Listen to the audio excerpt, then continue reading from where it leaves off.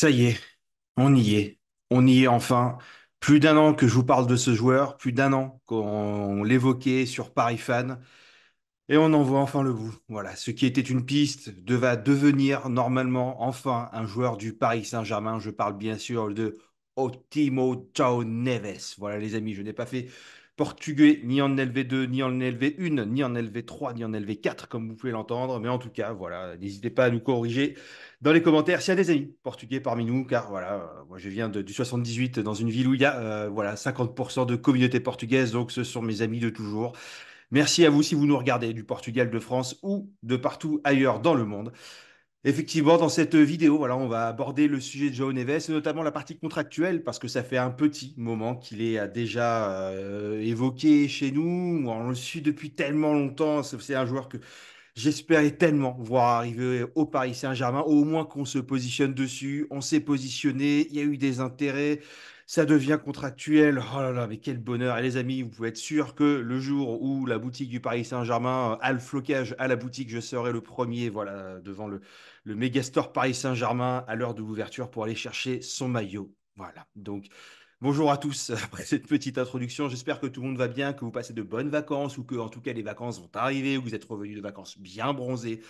Le mercato commence enfin à s'ambiancer avec des pistes intéressantes, voilà, donc avant de commencer dessus, n'hésitez pas voilà, à liker la vidéo, ça nous aide beaucoup pour remonter dans l'algorithme de YouTube, à vous abonner, voilà, vous êtes de plus en plus nombreux à nous suivre et ça fait tellement plaisir. Merci à vous, à commenter pour nous donner vos avis, votre ressenti, est-ce que, voilà, tout ce que vous avez, tant que c'est dans la gentillesse et la bienveillance, on est tellement content de vous lire et de vous répondre. Voilà. Et juste avant de se lancer dans la vidéo, il y aura aussi un petit bout à la fin sur les petites actualités du mercato aussi qui sont sorties ces dernières heures et notamment une prolongation d'un certain latéral droit. Allez, c'est parti tout de suite. On se retrouve pour la vidéo sur João Neves. Alors, effectivement, comme je vous avais dit, ce n'est pas voilà, ni ma LV2, ni LV3, ni LV4, le portugais. Donc, j'ai dit quoi? Ultimo, il dit Otimo, effectivement. Ça commence fort. En tout cas, João Neves, on va pas refaire tout le profil parce qu'on en a déjà beaucoup parlé sur plein de vidéos. Si vous êtes intéressé par en savoir, enfin, pour en savoir plus, n'hésitez pas à regarder les vidéos précédentes qu'on a pu faire sur le joueur. Et puis en plus, alors, moi, à mon avis, à la limite, il est peut-être un peu biaisé parce que c'est mon chouchou de cette année. C'est un des joueurs que voilà, j'ai préféré regarder, que j'ai attendu voilà, avec beaucoup de hype toute cette saison. Donc je ne serai peut-être pas objectif, comme quand je parle de Nordi Mukele. Et Nordi Mukele, on en parlera même à la fin de cette vidéo. Mais en tout cas, pour faire simple, João Neves, c'est un milieu défensif, mais box-to-box du Benfica de 19 ans. Il fait 1m74, si je ne dis pas de bêtises. C'est un milieu, alors défensif effectivement, mais qui est partout, partout, partout, partout. Car vous le mettez en milieu défensif au début sur le terrain, et puis vous allez retrouver sur le front de l'attaque, proche de la surface de réparation adverse, pour délivrer des passes, pour faire du pressing, pour récupérer des ballons très très haut. Voilà, il est très jeune, donc il est capable d'évoluer sur un poste de milieu central. Voilà, c'est un joueur c'est le genre de joueur qui est tellement volontaire et tellement, voilà, qui veut faire bien les choses et qui est vivace, qui va dans tous les sens, que c'est un peu comme un Emery qu'on a pu voir sur ce début de première partie de saison l'année dernière. Tu peux le mettre latéral droit, il fera le job, il sera capable. C'est un bon soldat, c'est un mec vraiment qui fait plaisir à voir, qui est d'une élégance, avec son petit maillot rentré dans le short comme à l'ancienne. Voilà, tu as l'impression de revenir 40 ans en arrière. Et ça lui donne un petit côté nostalgique pour ceux qui voilà, suivent le foot depuis longtemps ou qui sont nostalgiques de cette période. Moi, je vous le dis clairement, ça va être le nouveau chouchou du parc. Voilà, ça peut être une sorte de Marco Verratti, c'est-à-dire voilà, un jeune qu'on va aller chercher, qui va se battre, qui va tenter des choses, voilà, qui coûte un peu plus cher que Marco Verratti. Mais ça, on va y revenir tout de suite, parce que il a une clause à 120 millions d'euros et le Benfica ne voulait pas trop lâcher. Des offres ont été refusées, je crois, pour Manchester United qui le suivait à 75 millions d'euros plus bonus. Le Benfica souhaitait se rapprocher de plus de sa clause, donc vers les 100 millions d'euros. Et là, et là, on parle d'un transfert de 70 millions d'euros plus bonus. 70 millions d'euros alors que le Benfica a rejeté apparemment des offres de 75 millions. Et en fait, maintenant, là, on apprend que le joueur se serait mis d'accord avec le club depuis plusieurs semaines, qui ferait du forcing auprès de Benfica pour pouvoir rejoindre le club de la capitale française. Donc c'est dingue, c'est dingue. Voilà. Oui, on parle aussi donc 70 millions plus bonus avec un prêt de Renato Sanchez dans la balance, histoire de voilà de pas laisser complètement Benfica en carafe si jamais ils ont un peu de mal à aller chercher un autre joueur. Et ça, moi, je vais vous dire la vérité, les amis, ou dans les commentaires, moi je vous le disais, et puis vous avez été nombreux aussi à le dire, c'est que 120 millions, s'il faut les poser, c'est sur ce type de joueur qu'il faut le mettre. Voilà, il faut faire des économies sur d'autres joueurs où on n'a pas besoin d'aller, voilà, je sais plus, il y avait Summerville où c'était 20, sa cote était à 20 millions, Leeds en demanderait 60. Et c'est pas sur ce genre de joueur-là qu'il faut aller faire sauter la banque. Voilà, Désiré Doué, oui, on y reviendra à la fin de la vidéo. João Neves, oui, bien sûr. Mais pour moi, c'est le braquage. Si c'est ça le prix, les amis, c'est le braquage de l'été 2024. Alors certains vont dire aujourd'hui, il est jeune, il n'a rien prouvé, machin. Mais ceux qui suivent la Ligue portugaise, ceux qui l'ont vu évoluer, machin, voilà, savent que c'est un c'est un crack générationnel et il fera partie des meilleurs milieux de terrain dans les 10 prochaines années. Je vous le dis à chaque fois et vous allez voir. Et puis voilà, il y en a qui disent qu'il a rien prouvé, qu'il joue dans une ligue tierce, il est même pas titulaire avec le Portugal. Bah oui, les amis, il n'est pas titulaire avec le Portugal parce que regardez déjà qui vous avez devant. Vous avez du Palinha, vous avez des Bruno Fernandes, des Bernardo Silva, des Vitinha. Bah oui, forcément, il y a aussi une question de hiérarchie. Voilà, Barcola, Bradley Barcola était clairement un des meilleurs attaquants de cette équipe de France durant l'Euro. Pourtant, il a joué des bouts de match lui également. Comme quoi, ça ne veut rien dire. Et puis voilà, il vaut mieux sécuriser ces joueurs, ces jeunes joueurs maintenant, les avoir chez nous, parce que là, on va commencer à avoir une équipe, les amis, qui fait plaisir. Voilà, du Gonzalo Ramos, du Nuno Mendes, du Vitinha, du João Neves, du Barcola, du Emery, oh, ça commence à donner mal à la tête et je peux vous dire que moi j'ai hâte d'être à la saison prochaine parce qu'on a vu un beau PSG la saison précédente, mais là on va avoir un très très grand PSG cette année et en tout cas un PSG qui donne envie, voilà, de regarder avec des guerriers qui vont se battre les uns pour les autres. Donc, moi, je vous dis, voilà, on parlait de 120 millions. Là, si on fait 70 millions plus bonus, je dis, on n'est pas très, très loin. Allez, on est à 40% de ce qu'on aurait pu mettre ou de ce qu'on se disait capable de mettre sur ce type de joueur. Donc, oui, pour moi, on est sur un braquage. Voilà, j'en ai parlé avec des amis qui me disent c'est un braquage, rien du tout. Bah, si, les amis, si, si, parce que ce genre de joueur qui, voilà, qui est très courtisé en Europe, voilà, où beaucoup de clubs étaient capables de se positionner, ou se seraient positionnés, voudraient se positionner. Bah là, en fait, comme je vous le disais aussi dans d'autres vidéos, on a des joueurs maintenant qui commencent à arriver et qui veulent jouer pour le Paris Saint-Germain parce que c'est une équipe qui suivent depuis qu'ils sont petits, que c'est une équipe qui commence à faire rêver toute une génération de joueurs, tout comme Désiré Doué, tout comme Bradley Barcola, tout comme, voilà, plein de joueurs. Donc, ça fait plaisir de voir enfin des talents qui veulent venir chez nous, qui veulent se battre pour le maillot, qui sont prêts à tout pour rejoindre le Paris Saint-Germain et pas juste pour une question d'argent. Voilà, on a eu Kolo Muani l'été dernier, on a vu qu'il a fait des pieds et des mains pour venir. Osimhen, ça sera un peu la même chose cette année. Bon, moi je suis un peu moins convaincu par Osimhen, mais en tout cas, voilà. Donc tout ça pour revenir que sur le, voilà, on y est, on y est. On entame les gros travaux et ce qu'on vous disait aussi, calmons-nous dans la partie. Beaucoup de chaînes, même pro Paris Saint-Germain, disent ah, on fait rien, on attend que ça se passe, machin. Mais personne ne fait rien en Europe, les amis. Voilà, le seul gros transfert qui avait été annoncé là, il y a quelques temps, c'était Michael Olise. Belle recrue pour le Bayern Munich, certes, mais c'était à peu près tout. Il n'y a pas d'énormes transferts. Alors Mbappé, là, oui, mais bon, en même temps, lui, il était libre de tout contrat. Donc ça fait même depuis un petit moment déjà qu'il aurait pu le faire. Mais il y avait l'Euro, donc tout ça, voilà, il y avait l'Euro, il y avait la Copa América. Les joueurs ne sont pas là. Il y en a peut-être même qui veulent partir en vacances avant de penser à autre chose et de se remettre au travail. Donc voilà, on commence, on y arrive. Voilà, donc là, il y a Osimhen, machin. Donc ça plaît pas. Bon, mais malgré tout, João Neves, ça arrive. Désiré Doué, ça arrive. Donc ça y est, là, le Paris Saint-Germain commence à passer le coup d'accélérateur et moi, je ne veux pas croire que là, l'offre, elle est envoyée, elle est acceptée. Non, je pense que ça fait déjà longtemps que le Benfica et le Paris Saint-Germain sont en train de discuter. On n'a pas une offre comme ça qui tombe du jour au lendemain. C'est pas, on n'achète pas un McDonald's, les amis. Voilà, donc c'est-à-dire qu'il y a énormément de contrats, il y a énormément d'avocats. Il y en a peut-être 5 ou peut-être 10 en fonction des joueurs qui peuvent être autour d'un club et d'un autre pour pouvoir faire toute cette partie paperasse. Donc tout ça, ça prend du temps. Il y a de la validation. Donc ça veut dire que le Paris Saint-Germain œuvre en silence, comme ils le font depuis l'ère Campos. Voilà. Et qu'aujourd'hui, quand les choses commencent enfin à sortir, bah, elles se font vite. Donc Joe Neves, on en parle depuis un moment, effectivement, bah, parce que c'est un poste où le Paris Saint-Germain a besoin. C'est un joueur qui est incroyable. Voilà, il fait partie de la liste Mendes, donc il faut pas, il faut pas. Et puis d'ailleurs, moi, j'ai rien inventé. Je vous en parle parce qu'il faisait partie de la liste Mendes et qu'on a bien vu l'été dernier que tous les joueurs qui arrivaient faisaient, ou en tout cas beaucoup faisaient partie de cette liste. j'ai pris la liste de Gestifut et j'ai regardé voilà, les joueurs qui en faisaient partie, que le Paris Saint-Germain devrait ou pourrait prendre à des tarifs plus ou moins intéressants par rapport à une concurrence européenne, en tout cas à des profils similaires en Europe. Et Joe Neves cochait toutes les cases. Donc pour moi, c'était une évidence qu'à un moment donné, le Paris Saint-Germain allait être cité dans les pistes. Mais je ne sais pas voilà, si j'aurais vraiment cru qu'on y arriverait et dans des conditions pareilles, parce que pour rappel, il est coté à 55 millions d'euros, si je ne dis pas de bêtises. 70 plus bonus. Voilà. Comme on le dit, voilà, regardez la vidéo qu'on a faite sur Campos pour dresser aussi son bilan aujourd'hui. Campos n'a suracheté aucun joueur. Voilà, il y a eu peut-être parfois un peu plus que la cote. Le seul qu'on a suracheté par rapport à son prix initial, c'était Barcola, je crois qu'il était à 15 000 euros, à 15 millions. 15 000 euros, c'est pas très cher. 15 millions d'euros et on l'a acheté 40 millions. Mais aujourd'hui, quand on voit le résultat, on se dit que c'était en fait largement le prix, qu'il aurait même pu coûter encore plus cher. Voilà, donc en fait, on fait plutôt du bon travail.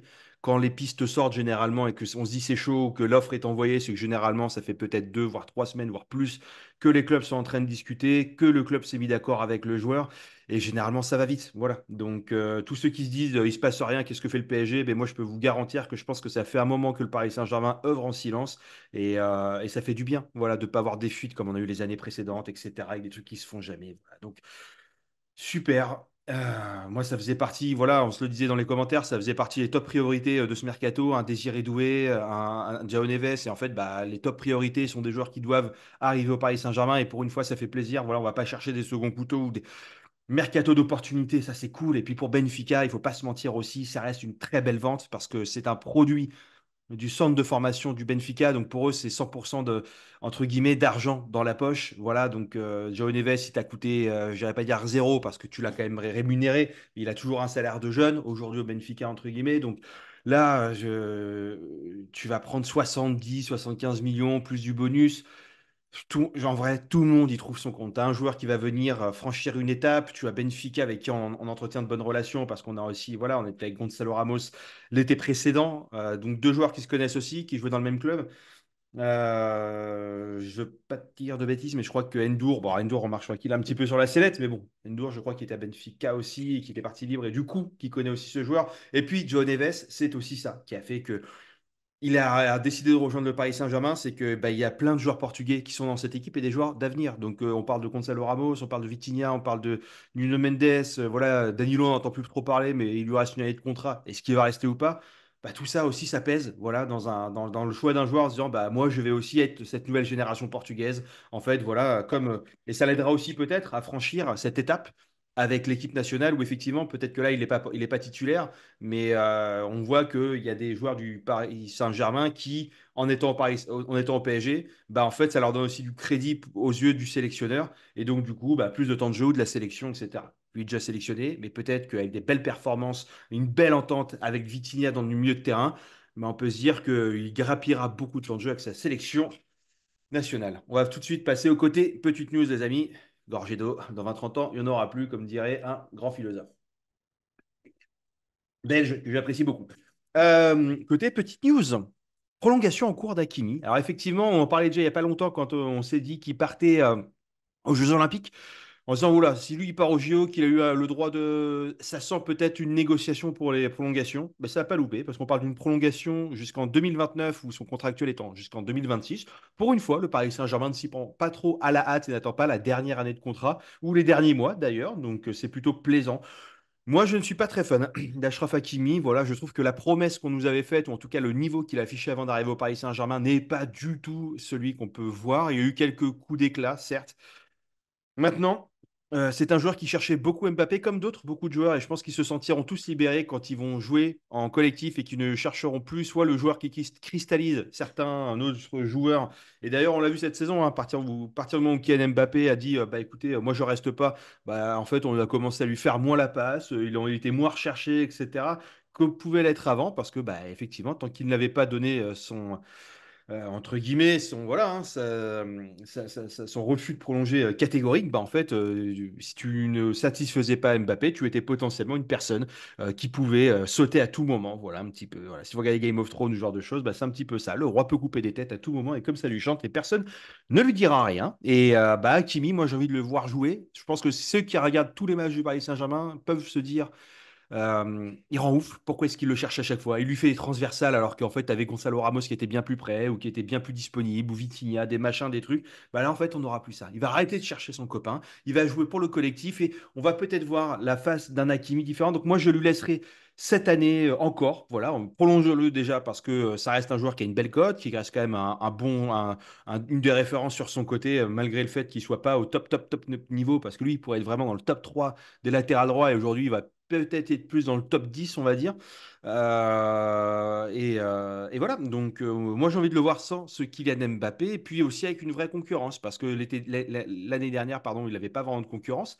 Puisqu'on va parler, effectivement, on va rester sur ce côté droit, on va parler de Nordi Mukiele, où Nordi Mukiele n'était pas du tout en odeur de sainteté.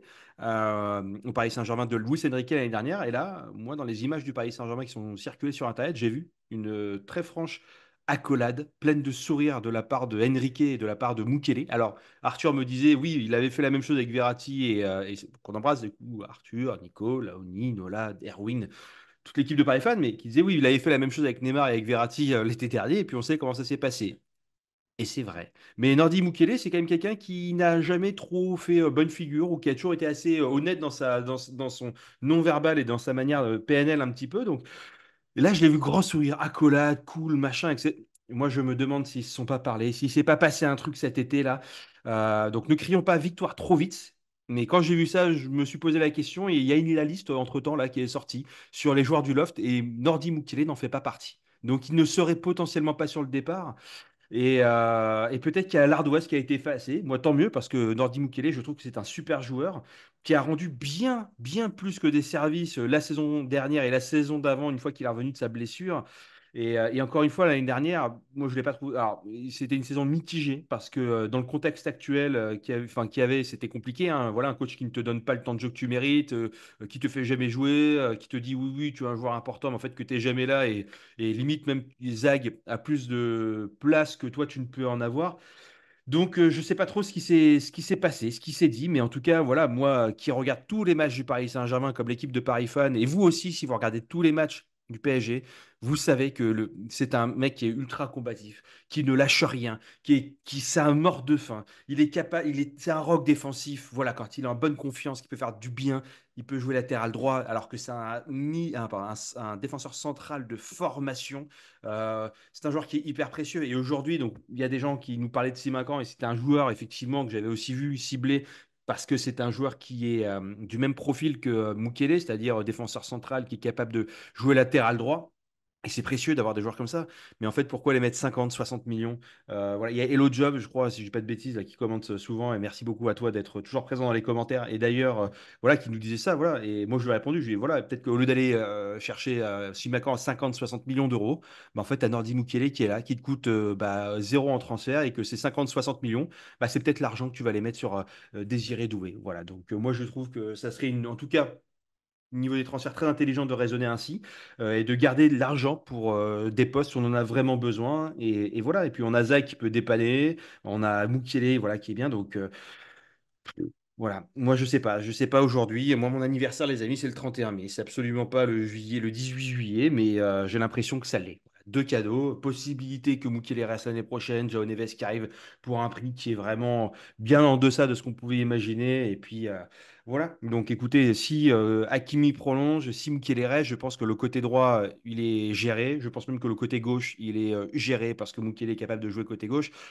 Voilà, et là on va pouvoir mettre de l'argent sur d'autres joueurs, sur du Kimi, sur du Bernardo Silva, sur je sais plus quel joueur dont j'avais évoqué aussi, mais bref, voilà, on va pouvoir commencer à blinder un petit peu tout ça, et là ça fait plaisir. Et puis, le cas des Doué, oula, Désiré Doué, seconde offre du Paris Saint-Germain qui devrait arriver très très rapidement, puisque la première offre de 40 millions plus 10 semble avoir été rejetée. On va arriver sur du 50 ou 45. Voilà, plus 10 très bien. Et à mon avis, c'est un dossier qui sera bouclé avant pardon, le début des JO, parce que le joueur, on est dessus, on est sur. Quand on en est au niveau de parler d'argent et qu'on est à un pourcentage faible de négo, généralement, ça va très très vite. Voilà, le contrat est déjà rédigé, c'est deux, trois chiffres à changer. Il n'y a pas toute la partie contractuelle à refaire qui est sur des dizaines ou des vingtaines de pages, machin, à faire relire, etc. dans tous les sens. Il faut tous se remettre d'accord autour d'une table. On ne parle que d'argent entre clubs. Ça va vite, et moi je suis quasi convaincu que ça va être bouclé avant la fin de la semaine, et en tout cas avant le début des JO qui commence, je crois, le 24 juillet prochain. Un match qui se tiendra au Vélodrome. Voilà, et puis on a Xavier Simons, voilà, qui serait en train de se rapprocher fortement d'un prêt avec option d'achat au Bayern Munich. Donc j'espère que c'est un prêt avec option d'achat obligatoire. On parle de 90 millions d'euros, ça serait vraiment pas mal, ça nous ferait vraiment du bien. Voilà, donc à voir. Voilà. Maintenant, le mot de la fin pour moi, les amis, ça serait de mettre du respect. Voilà. Donc, je sais que tout le monde ne sera pas d'accord. Certains oui, certains non. C'est un sujet qui est très clivant, mais mettre du respect sur le nom de Luis Campos, de mettre du respect sur le nom de Luis Enrique, mais ça, je pense qu'il y en a bien plus qui le faisaient. Et sur Nasser aussi, voilà, qui font leur maximum pour le Paris Saint-Germain, qui, je suis convaincu, œuvre dans l'ombre, voilà, et tous ceux qui se disent ah enfin il se bouge, non, c'est pas ah enfin il se bouge. On parle de contrats de plusieurs millions, on parle de bataille avec d'autres clubs, on parle de voilà, on a, comme je vous le disais, on va pas acheter un Burger King, les amis. Donc, ça fait très longtemps qu'ils sont sur les sujets, sur de la rédaction de contrat, sur déjà, en plus, avant de faire de la rédaction de contrat, on discute avec le club parce que on fait, enfin, on fait pas juste un contrat en disant tiens, je t'envoie mon offre, allez, il y a là, Inch'Allah, ça va marcher. Non, bien sûr que non, il y a déjà des bases qui sont posées, des conditions, etc. Donc, ça veut dire que ça fait un moment qu'ils discutent ensemble, qu'il se passe des choses et que aujourd'hui, sous l'air Campos, tout se fait en sous-marin. C'est très rare d'avoir des fuites qui tombent des mois, des semaines avant. Et ces fuites-là, finalement, ne se font parfois jamais. Voilà, donc, et celles qui sortent du jour au lendemain se font très rapidement. Donc voilà, Doué, on en parlait, hop, boum, boum, là, voilà, fin de la semaine, je pense que c'est plié, début de semaine prochaine. Joe Neves, pareil. Joe Neves, ça fait un moment qu'il est, voilà, qu'on en parle, que ça discute, voilà. Mais en fait, la vraie offre, il est tombé là. Ça va arriver très rapidement aussi. Luis Enrique vient de commencer sa pré-saison. Il voulait avoir un effectif le plus complet possible pour la pré-saison. Voilà, on y arrive, on est dedans, on n'est pas à la bourre. Les tests médicaux ont commencé lundi. Voilà, on a une semaine de retard au pire des cas sur 2, 3, 4 joueurs. Allez, ça, c'est pas très grave. On est bien. Donc voilà, moi je vous le dis, hein, voilà, moi de toute façon après, juste pour aussi dédramatiser la situation, l'année dernière on n'avait pas été très hype aussi par le mercato, je crois que le seul joueur vraiment qui avait hypé tout le monde c'était Xavi Simons, le retour de Xavi Simons. Alors là, on était tous comme des dingues, etc. Et puis en fait, finalement, il n'est pas resté. Finalement, il restera pas. Donc on a été hypé pour rien. Voilà, Marco Asensio, on se disait, ouais, c'est bien, il est libre, ok, opportunité. Endur, ok, il est libre, opportunité. Colomoni, bon, tout le monde n'était pas très hype. Il y en a qui se disaient 90 millions, c'est très cher. Barcola, il y en a qui se disaient, bon, c'est très cher pour un mec qui a fait 6 mois en pro. Voilà, on va pas refaire toute la liste, je l'ai pas sous les yeux. Mais toi, Lee, pareil, on faisait 22 millions, jeune crack, mais on sait pas trop ce que ça donne. Et puis la Liga, et puis machin.